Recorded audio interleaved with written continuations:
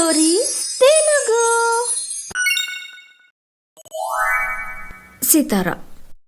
దూపల్లి అనే ఊర్లో శకుంతల తన కోడలు రాధికతో కలిసి ఉండేది. శకుంతల కొడుకు కార్తిక్ ఫారెన్లో జాబ్ చేసేవాడు. ఆమె కూతురు సరిత కొద్ది రోజులు ఉండిపోదామని పుట్టింటికి వచ్చింది. ఉదయం 9 అయింది, కానీ నిన్న రాత్రి అన్నం తిన్నంట్లు ఇంకా సింకులోనే పడున్నాయి. రాధికా, రాధికా. ఏమైందత్తయ్యా? ఎందుకింత గట్టి గట్టిగా పిలుస్తున్నారు నన్ను? రాధికా, నువ్వెందుకు ఇంకా అంట్లు తోమలేదు? టిఫిన్ కూడా చెయ్యలేదు. నీకు తెలుసు కదా, నేను ఉదయాన్నే టీ తాగుతానని. టీ కూడా పెట్టలేదు. అత్తయ్య, ఇక్కడ పనులన్నీ నేనే చేస్తానని కాంట్రాక్ట్ తీసుకున్నానా? ఇక మీ కూతురేమో 1 నెల ఉంటానని వచ్చి గత 6 నెలలుగా పుట్టింట్లోనే హాయిగా ఎంజాయ్ చేస్తుంది. ఈ పనులన్నీ ఆమెను చేయమని చెప్పండి. అరే కోడలా, ఆమెకు ఏం చెప్పాలి? పాపం, నా కూతురు తన అత్తగారింట్లో పనిచేసి అలసిపోయింది. అందుకే ఇక్కడైనా రెస్ట్ తీసుకుందామని వచ్చింది. ఓహో, ఆమె తన పుట్టింట్లో రెస్ట్ తీసుకోవడానికి వచ్చిందా? అయితే నేను నా అత్తారింట్లో పని చేసి అలసిపోవాలా? నేనేం వినను. ముందు మీరు వెళ్ళి మీ అమ్మాయికి చెప్పండి అంట్లు తోమి అందరికీ టిఫిన్ వండి పెట్టమని. ఏమన్నావే? నీకెంత ధైర్యమే నేను నా పుట్టింట్లో పని చేయాలా? అయితే మేము నిన్ను ఎందుకు తీసుకొచ్చాం? నాకొక్క పనైనా చెప్పావంటే ఖబర్దార్. నా అత్తారింట్లో మా అత్త ఆడపడుచు నాతో ఎంత పని చేపించేవారు.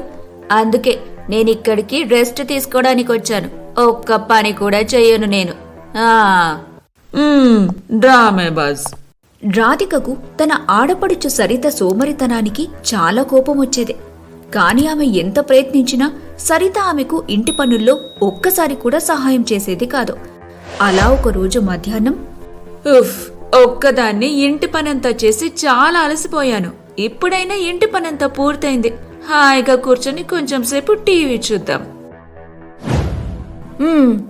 ఏం మర్చిపోలేదు కదా? పాప్కార్న్, కూల్ డ్రింక్, ఇంకా చాక్లెట్స్ ఇవన్నీ తింటూ ఏదైనా మంచి మూవీ పెట్టుకొని చూస్తా. పుట్టింటికొచ్చారు, ఈ మాత్రం ఎంజాయ్ చేయాల్సిందే. సరిత స్నాక్స్ తీసుకొని మూవీ చూడటానికి హాల్లోకి రాగానే, ఓ మేడం, టీవీ రిమోట్ ఇవ్వు, నేను టీవీ చూడాలి. వదినా, ఇంటి పనంతా చేసి ఇప్పుడే టీవీ చూద్దామని వచ్చాను. నేను రిమోట్ ఏమి ఇవ్వను, నువ్వు తర్వాత చూసుకో. ఎలాగో రోజంతా ఖాళీగానే ఉంటావు కదా. అలా ఎలా తర్వాత చూడాలి? ఇది నా ఇల్లు. మా అమ్మ ఇంకా బతికే ఉంది. నేను ఈ ఇంట్లో టీవీ కూడా చూడలేనా? అమ్మా, అమ్మా, వింటున్నావా? ఏమైంది? అమ్మా, నేను అత్తారింట్లో ఎన్ని కష్టాలు పడ్డానో, వాళ్ళు నన్ను ఎంత హింసించేవాళ్ళో నీకు బాగా తెలుసు. చూడమ్మా, ఇదేమో నన్ను నా ఇంట్లో టీవీ కూడా చూడనివ్వట్లేదు. ఎందుకు చూడలేవు నా చిట్టి తల్లి? నువ్వు తప్పకుండా చూస్తావు. రాధికా. రాధిక రిమోట్ వదిలేసి కోపంగా తన గదిలోకి వెళ్ళిపోయింది. ఒకరి నుండి రిమోట్ని లాక్కొని మన ఇష్టం వచ్చినట్టు టీవీ చూడటంలో ఉండే మజానే వేరు. రాధిక, ఓ రాధిక, నా కోసం ఒక కప్పు కాఫీ తీసుకొనిరా. రాధికకు చాలా కోపం వచ్చేది. ఇంటి పనంతా చేసిన తర్వాత కూడా కొంచెం సేపు టీవీ చూసే స్వాతంత్రం కూడా లేదని. ఆ రోజు రాత్రి, ఏవండి, నాకు ఒక కొత్త టీవీ కావాలి. ఎందుకు? ఆల్రెడీ ఇంట్లో టీవీ ఉందిగా. మీ గారాల అక్క నన్ను టీవీ చూడనివ్వట్లేదు. ఇంకా ఎన్ని రోజులు నేను ఇలాగే టీవీ చూడకుండా ఉండాలి?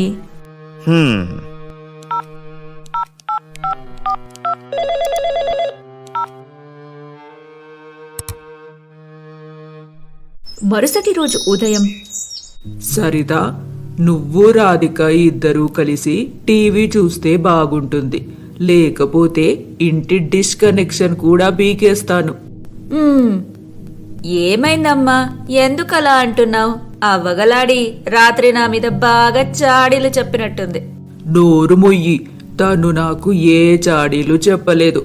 రాధిక ఇప్పుడు ఇంకో టీవీ కావాలని అడుగుతుంది. 2 టీవీలు కొని డిష్ పెట్టించి దానికి కరెంటు బిల్లు ఎవడు కడతాడు? నువ్వేమైనా కడతావా? నేనే కదా కట్టాలి. అందుకే చెప్పినట్టు వింటే బాగుంటుంది అని చెప్పి కోపంగా అక్కడి నుంచి వెళ్ళిపోతుంది శకుంతల. ఇక చేసేదేమీ లేక సరిత రాధికతో కలిసి టీవీ చూడ్డానికి ఒప్పుకుంటుంది. ఇలా రోజులు గడుస్తూ ఉన్నాయి. ఒక రోజు రాత్రి బోరున వర్షం కురుస్తూ ఉండగా ఎప్పటిలాగే సరిత రాధిక రాత్రి భోజనం చేశాక టీవీ చూస్తున్నారు. అదే సమయానికి ఎవరో డోర్ బెల్ కొట్టారు. ఈ వర్షంలో ఇంత రాత్రి ఎవరు వచ్చుంటారు? రాధిక, నువ్వు డోర్ తీయకు, ఎవరన్నా దొంగలైతే. సరే వదిన, డోర్ తీయకుండా ఉంటేనే మంచిది. నాకు కూడా చాలా భయంగా ఉంది. అరే, మీరిద్దరూ ఇక్కడే కూర్చొని ఉన్నారు కానీ డోర్ ఎందుకు తీయట్లేదు? అమ్మా, ఇప్పుడు నువ్వు వెళ్ళి డోర్ తీయకు, ఎవరైనా దొంగలొచ్చుంటే. నోర్ముయ్, నేను వెళ్ళి ఒకసారి చూసొస్తాను. అమ్మగారు, నాకు తినడానికి ఏదైనా ఉంటే పెట్టండి, లేకపోతే నేను చచ్చిపోతాను. 2 రోజుల నుంచి ఏమీ తినలేదు. అందరూ నన్ను దొంగ అనుకుని వెళ్ళగొడుతున్నారు. నా మీద దయ చూపండి అమ్మగారు. ఆ గుర్తు తెలియని స్త్రీ పరిస్థితి చూసి శకుంతలకి జాలి కలిగింది. తన కోడలు రాధికను భోజనం తీసుకురా అని చెప్పింది. రాధిక, వెళ్ళి ఇంట్లో ఏమైనా తినడానికుంటే తీసుకొనిరా. ఈమెను చూస్తుంటే చాలా జాలేస్తుంది. అలాగే అత్తయ్య, ఇప్పుడే తీసుకొస్తాను. అమ్మా, ఈమె నిజంగా ఒక దొంగ అయితే? ఇంత అర్ధరాత్రి ఇంట్లోకి అపరిచితులను రానివ్వకూడదని సరిత పదే పదే తల్లికి చెబుతూనే ఉంది. కాని ఒక వ్యక్తికి ముందు తన మెదడుతో కాదు మనసుతో ఆలోచించాలి. ఇక శకుంతల కూడా అదే చేసింది. ముందు తన మనసు ఏం చెప్పిందో అదే చేసింది. ఆకలితో అలమటిస్తున్నామెకు కడుపు నిండా భోజనం పెడుతుంది. అమ్మగారు, మిమ్మల్ని ఆ దేవుడు చల్లగా చూడాలి. ఈ రోజు మీరు నా ప్రాణాలు కాపాడారు. అది సరే కాని నువ్వెవరు? ఇంత అర్ధరాత్రి వేళ ఎందుకిలా పిచ్చిదానిలా తిరుగుతున్నావు? అమ్మగారు, నేను మీకు ఏమని చెప్పను? ఇదంతా నా విధిరాత. నా పేరు సీతార. మా ఆయన డ్రైవర్ పని చేస్తాడు. ఓ రోజు అకస్మాత్తుగా మరో మహిళను ఇంటికి తీసుకొచ్చి ఈమె నా 2వ భార్య అని చెప్పాడు. ఇక నన్ను ఇంట్లో నుంచి మెడపట్టి బయటికి గెంటేశాడు.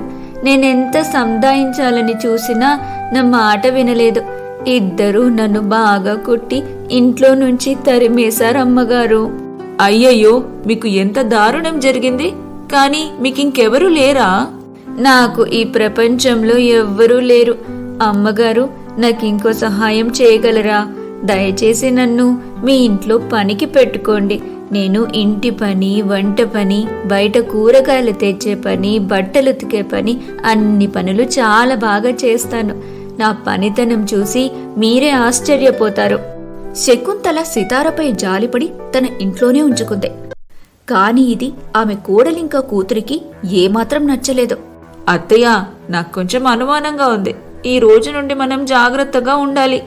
అవునమ్మా, నేను నీకు ఎప్పుడే చెబుతున్నాను, ఇది ఖచ్చితంగా దొంగదే. ఇలాంటివి ఎన్ని స్టోరీలు వినలేదు, చూడలేదు. ఒకరోజు నీకు కూడా బాగా తెలుసొస్తుందిలే. ఇప్పుడు మీ ఇద్దరు నోరు మూస్తారా? ఇంట్లో పనులు చేయడానికి మీ ఇద్దరి సోమరితనంతో నేను విసిగిపోయాను. రోజు ఏదో ఒక కొట్లాట పెట్టుకుంటూనే ఉంటారు. అందుకే నేను సీతారను పనిలో పెట్టాను. ఏదైనా సమస్య వస్తే అప్పుడు చూద్దాంలే. అయినా ఇంత దీన స్థితిలో ఆమె ఎక్కడికని వెళ్తుంది?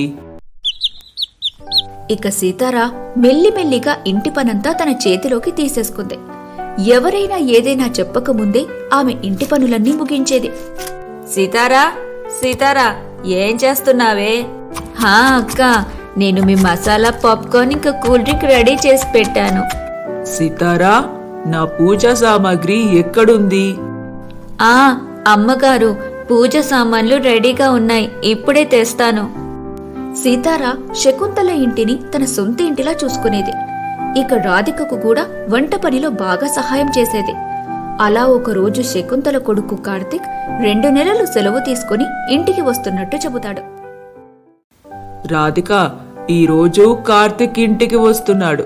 ఈరోజు అన్ని కార్తిక్ ఇష్టమైన వంటకాలే చెయ్యి. ముఖ్యంగా మటన్ రోస్ట్ ఉండటం మర్చిపోకు. వాడికి అదంటే చాలా ఇష్టం. అలాగే అత్తయ్య. కార్తిక్ కొద్దిసేపటి క్రితం నాకు ఫోన్ చేశాడు. ఇప్పుడే ఫ్లైట్ ఎక్కినట్టు చెప్పాడు. సాయంత్రం కల్లా ఇంటికి వచ్చేస్తారంట. రాధిక ఇంకా సితార కలిసి కార్తిక్ కోసం చాలా రుచికరమైన భోజనాన్ని తయారు చేస్తారు. సాయంత్రం కాగానే కార్తిక్ ఇంటికి చేరుకున్నాడు. అమ్మా, ఇది తీసుకో. ఈ హ్యాండ్ బ్యాగ్ నీకోసం తీసుకొచ్చాను. హ్యాండ్ బ్యాగ్ చాలా బాగుంది కార్తీక్. రాధిక, నీకోసం ఈ పర్ఫ్యూమ్ ఇంకా డ్రెస్సెస్ తీసుకొచ్చాను. అరే కార్తిక్, నా కోసం నువ్వేం తీసుకుని రాలేదా? నాకు తెలుసే నువ్వు ఇంకా ఇక్కడే ఉంటావని. అందుకే ఇదిగో నీకోసం ఈ చాక్లెట్స్ ఇంకా షూస్ తీసుకొచ్చాను. అమ్మ చూడే ఎలా అంటున్నాడు. ఆ ఈ మాటలకేం గాని ఇప్పుడు నువ్వు త్వరగా వెళ్ళి కాళ్ళు చేతులు కడుక్కొని వచ్చి ఏదైనా తిను ముందు. తరువాత కార్తిక్ భోజనం చేసి విశ్రాంతి తీసుకోవడానికి తన గదిలోకి వెళ్ళాడు. రాధిక, ఇదిగో 5 లక్షలు జాగ్రత్తగా బీరువాలో దాచిపెట్టు. హహ, నేనేదో మొదటిసారి డబ్బుని పెడుతున్నట్టుగా జాగ్రత్తలు చెబుతున్నారు. నేను జాగ్రత్తగానే పెడతాను. Don't worry. సీతారా, నువ్వు ఇక్కడేం చేస్తున్నావు? వదినా, నన్ను అమ్మగారు పంపించారు అన్నయ్యకి గ్రీన్ టీ ఇచ్చిరమ్మని. అందుకే నేను ఇక్కడికి వచ్చాను. సరే సరే, ఇక్కడ పెట్టు. కార్తిక్ ఇచ్చిన 5 లక్షల రూపాయలపై సితార కళ్ళు పడ్డాయి. కాని సితార గ్రీన్ టీ అక్కడ పెట్టి సైలెంట్ గా వెళ్లిపోయింది. మరుసటి రోజు ఉదయం కార్తిక్ ప్రతిసారిలాగానే ఈసారి కూడా తన తల్లి, భార్య ఇంకా అక్కతో కలిసి బయటకి తీసుకెళ్లడానికి రెడీ అయ్యాడు. అందరూ టైంకి రెడీ అయి బయలుదేరుతుండగా, సీతారా, మేము ఈరోజు బయట తిరగడానికి వెళ్తున్నాం. వచ్చేటప్పుడు నీ కోసం కూడా తినడానికి తీసుకొస్తాం. ఈ రోజంతా నువ్వు రెస్ట్ తీసుకో. ఎప్పుడూ పని చేస్తూనే ఉంటావు. అలాగే అమ్మగారు, ఇంటి గురించి మీరేమీ బెంగపడకండి, హాయిగా వెళ్ళిరండి. అందరూ కుటుంబ సమేతంగా విహారయాత్రకు వెళ్లటంతో సితార ఇంట్లో ఒంటరిగా ఉండిపోయింది. వారందరూ రోజంతా తిరుగుతూ షాపింగ్ చేశారు. బయట డిన్నర్ చేసి ఇంటికొచ్చారు.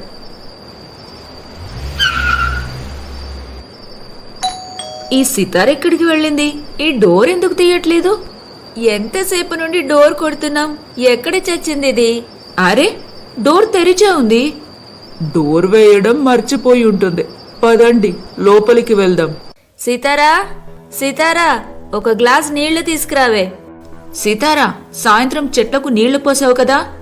అందరూ సితార కోసం వెతుకుతూ ఉన్నారు. కాని సితార ఇంట్లో ఎక్కడా కనిపించలేదు. అరే, మీరందరూ ఎందుకు ఇంత టెన్షన్ పడుతున్నారు? ఇక్కడే ఎక్కడికైనా వెళ్ళుంటుంది. మీరందరూ వెళ్ళి నిద్రపోండి. ఆ రోజంతా తిరిగి అందరూ బాగా అలసిపోయారు. మంచం ఎక్కగానే నిద్ర పట్టేసింది. కాని సితార రాత్రి ఇంటికి తిరిగి రాలేదు. ఇక మరుసటి రోజు ఉదయం, ఈ సితార ఎక్కడికెళ్ళిందో తెలీదు. ఈ రోజు నేను ఒక్కదాన్ని ఇంటి పని మొత్తం చేయాల్సి వస్తుంది. మీ సోమరిపోతక్క రోజంతా తింటూ టీవీ చూస్తూనే ఉంటుంది. అరే, పొద్దు పొద్దున్నే ఎందుకు పడుతున్నావు రాధిక? అదంతా సరే కాని నువ్వు ఈరోజు నేను ఫారిన్ నుంచి తీసుకొచ్చిన డ్రెస్ వేసుకో. మనమేటైనా బయటికి వెళ్ళి వద్దాం. హహ, అలాగేనండి. రాధిక అల్మారాలో డ్రెస్ తీయడానికి వెళ్ళినప్పుడు, అరే, డబ్బులేమైపోయాయి? నువ్వు నాకు ఇచ్చిన 5 లక్షలు ఇక్కడే పెట్టాను. ఎవరు తీసుకెళ్లారో అర్థం కావట్లేదు. రాధిక అల్మారా మొత్తం బాగా వెతికింది. కాని డబ్బులు దొరకలేదు. అప్పుడందరికీ సితార మీదే డౌట్ వచ్చింది. ఎందుకంటే ఆ డబ్బులు సితార కంట్లో పడ్డాయి. నిన్నట్నుంచి ఆమె కనపడకుండా కూడా పోయింది. ఆలస్యం చేయకుండా అందరూ పోలీస్ స్టేషన్కి చేరుకున్నారు.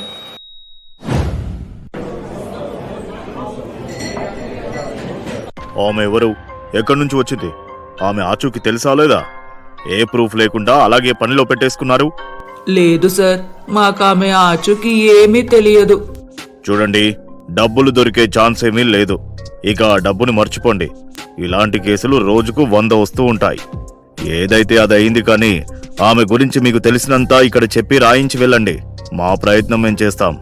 ఇప్పుడు పోలీసుల మాటలు వింటే డబ్బులు తిరిగి వస్తాయన్న భరోసా పోయింది. అందరూ చాలా బాధపడ్డారు. నిజంగా సితారే దొంగతనం చేసిందా?